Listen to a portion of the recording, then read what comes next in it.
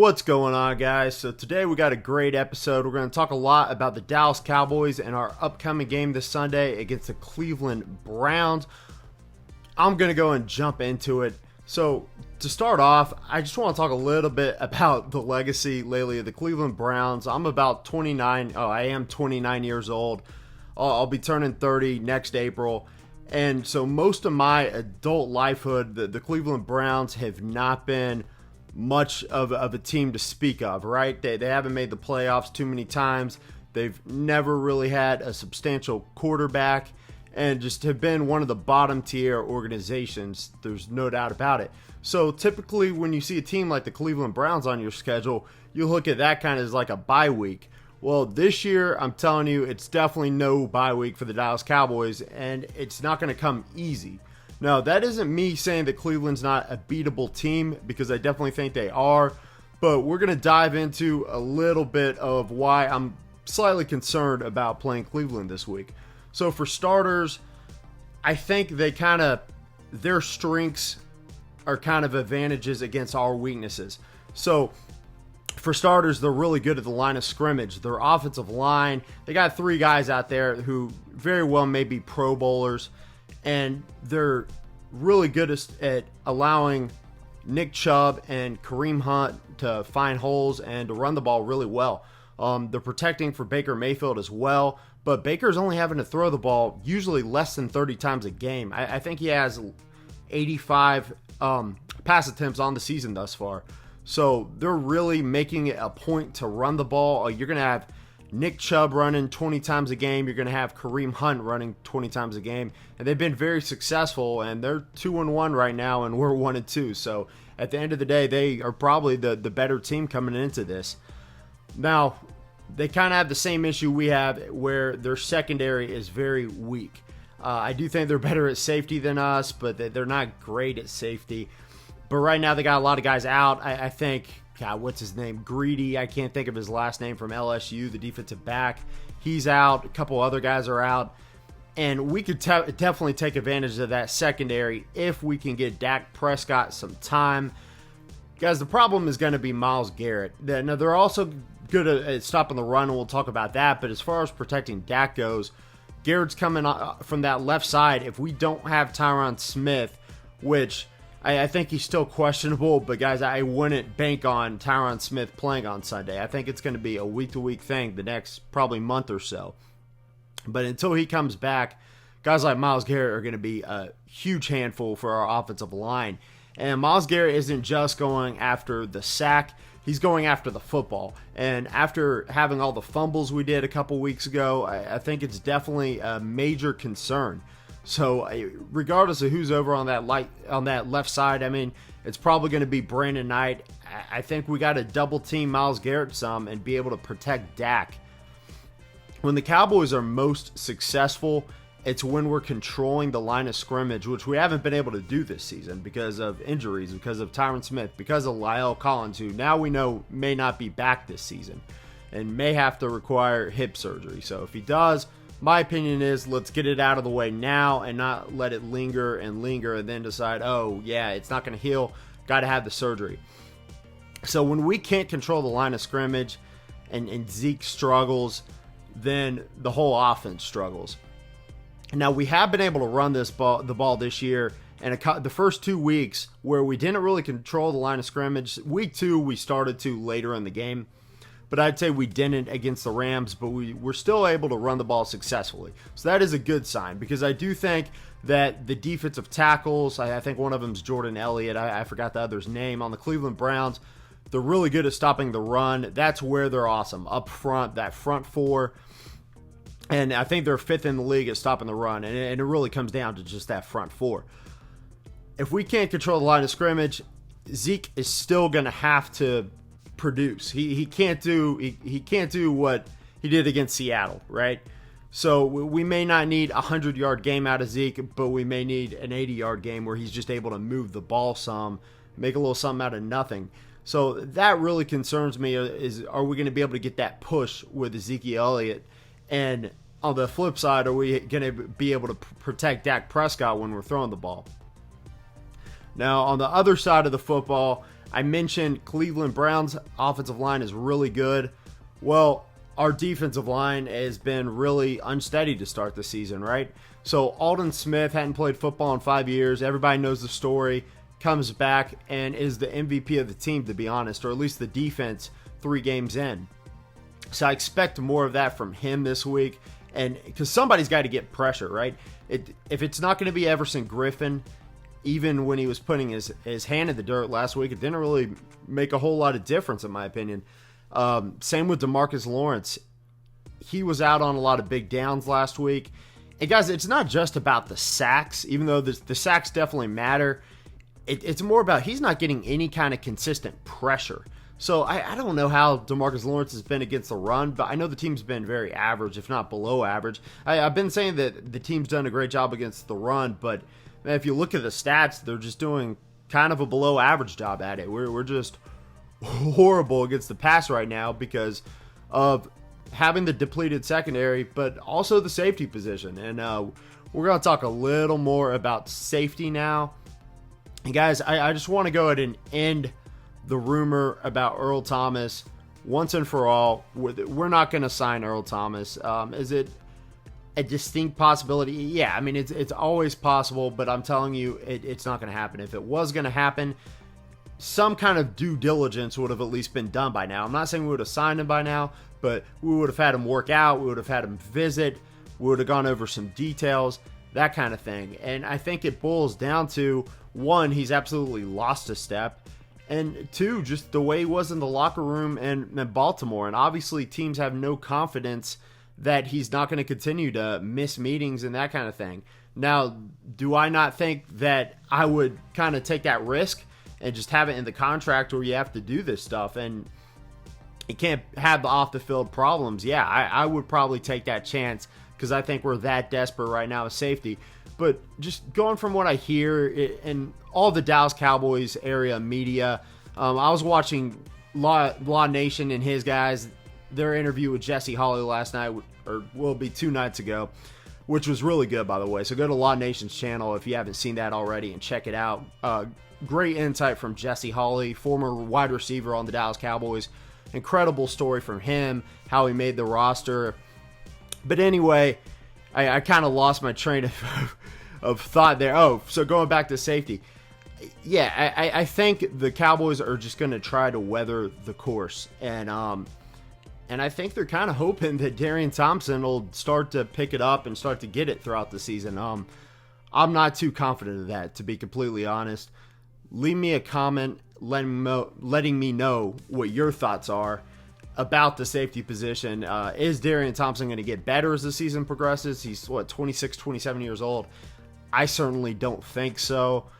But they've also talked about Daryl Worley playing some safety, which he has, and he has come very close to making an interception as safety.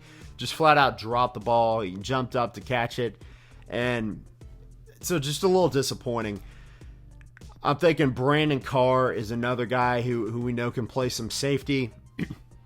So if we at least use Worley and Carr more at the safety position, which right now I guess we kind of can't because we have all those defensive backs out. We have Chidobe Awuzie out. We have Anthony Brown out. Jordan Lewis is finally back from injury. He was last week, but I don't believe he was too impressive the past couple of weeks he has played.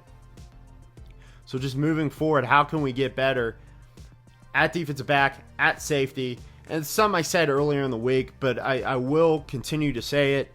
Russell Wilson just destroyed us over the top, and Matt Ryan did too some, but not as much as Russell Wilson. And Baker Mayfield isn't going to do it as much as Russell Wilson either, and he's not going to do it as much as Matt Ryan is. Matter of fact, Baker's probably just not going to throw the ball nearly as much as either of them because they rely on the run game, and I am concerned, very concerned, that the Cleveland Browns could go off for 150 rushing yards in that game. I think one of the keys to success is definitely keeping that from happening, right? Tristan Hill continues to step up. I would say he has been the one bright spot on the defense, in my opinion, outside of Aldon Smith. I know we had a couple plays last week that were questionably dirty. One was just kind of a boneheaded play, the helmet-to-helmet. I don't think that was dirty. The Gator roll, I've heard multiple things. So I don't know. I don't know if that's a dirty play. I don't know if he was purposely kind of going out of his way not to just flop and land on him, and that could have hurt him. And he accidentally just kind of hurt him. Well, it was kind of an awkward movement, right? It's tough to say. I like him playing with a mean streak for sure, because we didn't see that out of him his rookie season. But I don't want him to go out there and try and hurt players. Absolutely not. Linebacker, I think they're going to be able to hold their own. Still want to see better things out of Jalen Smith, but I think Joe Thomas is just solid. He's exactly what we thought he was, right? In years past where he's had to come in and start some games, he isn't bad, which right now, that's great. If you can come in off the bench and not be a liability, I think that's awesome. But the one concern is, and I just said that Baker isn't going to beat us over the top like Matt Ryan and Russell Wilson did, but he does have some receivers who can, so there's always a chance that he takes a couple shots this game, which he definitely will. There's not even a chance. He's going to take his shots, and it's going to be Odell Beckham. It's going to be Juice Landry. And, man, those guys got some speed. And they got a big tight end, too, in Austin Hooper. But, Baker's kind of spreading the ball throughout the season just because he hasn't thrown as much as he typically has to start his career. He's only throwing the ball 27, 28 times a game.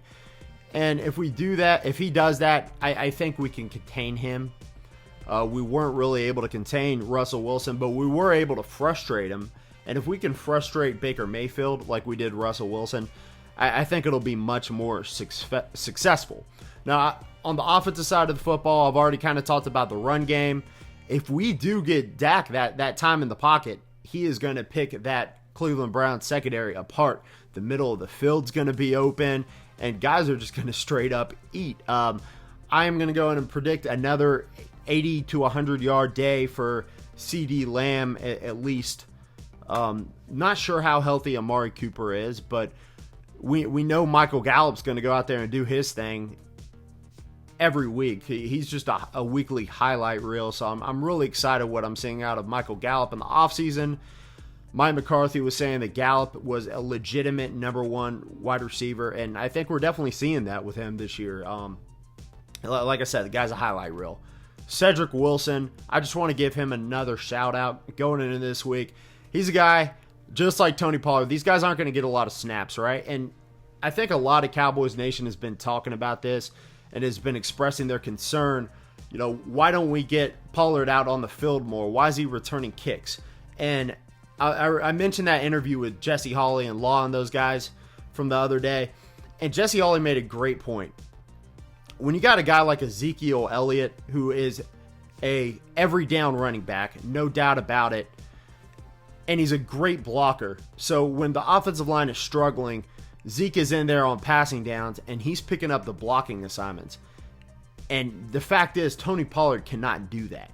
So we still want him to get into rhythm and get him involved. And so I think that's why he's been returning punts, returning kicks. Right now we know that's not working, right? So moving forward, I think that's a no-go. But it's definitely pretty, I'm not going to say certain, but I think there's a good chance that we're not going to get Pollard heavily involved until some of these offensive linemen come back. I know y'all would like to see him there on some screen passes. I agree. We should definitely use him more because he has his place. We talk about Ezekiel Elliott as a pass catcher, and I just don't think he's a natural pass catcher. He's a natural runner, and his hands aren't great, and his route running, in my opinion, just isn't great. But he is a phenomenal, world-class, generational runner, and that's how he needs to be used. Same with Cedric Wilson as Tony Pollard. Guy just isn't going to get a lot of opportunities unless there's injuries. Because how can you take somebody like Michael Gallup off the field? How can you take somebody who's producing in the slot like CD Lamb as a rookie, our first-round pick, off the field for very long? And Amari Cooper, when he's healthy, is one of the 3 to 5 best route runners in the game. So it's going to be really hard to get Cedric Wilson involved. And you have a number 5 receiver who's also impressed in his few opportunities in Noah Brown. But I guess the point I'm driving across is there are going to be a couple guys, I don't know who. It might be Blake Bell, might be Noah Brown, might be Cedric Wilson, might be Tony Pollard, but somebody will get some opportunities against the Cleveland Browns, and it's important that those guys step up like Cedric Wilson did last week in Seattle, is what I'm trying to say. Same with Dalton Schultz. I mean, he's starting tight end, so he's going to get some looks from Dak Prescott regardless, but I'd like to see him to continue to get better throughout the season.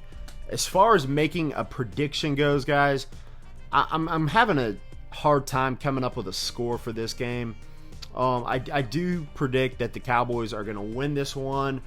I've said it in my past video earlier this week with with Jordan Tucker over at Cowboys Fans Only. Go check him out. I've been saying I'm cautiously optimistic, and I definitely think that's facts. I mean, against the Seattle Seahawks, I was somewhat optimistic, and we struggled, but we were right there in the thick of it too. I don't think the Cleveland Browns are as good of a team as the Seattle Seahawks. It could be surprisingly close. They don't have anything like a Russell Wilson, but they do have weapons, and they do have a better rushing game.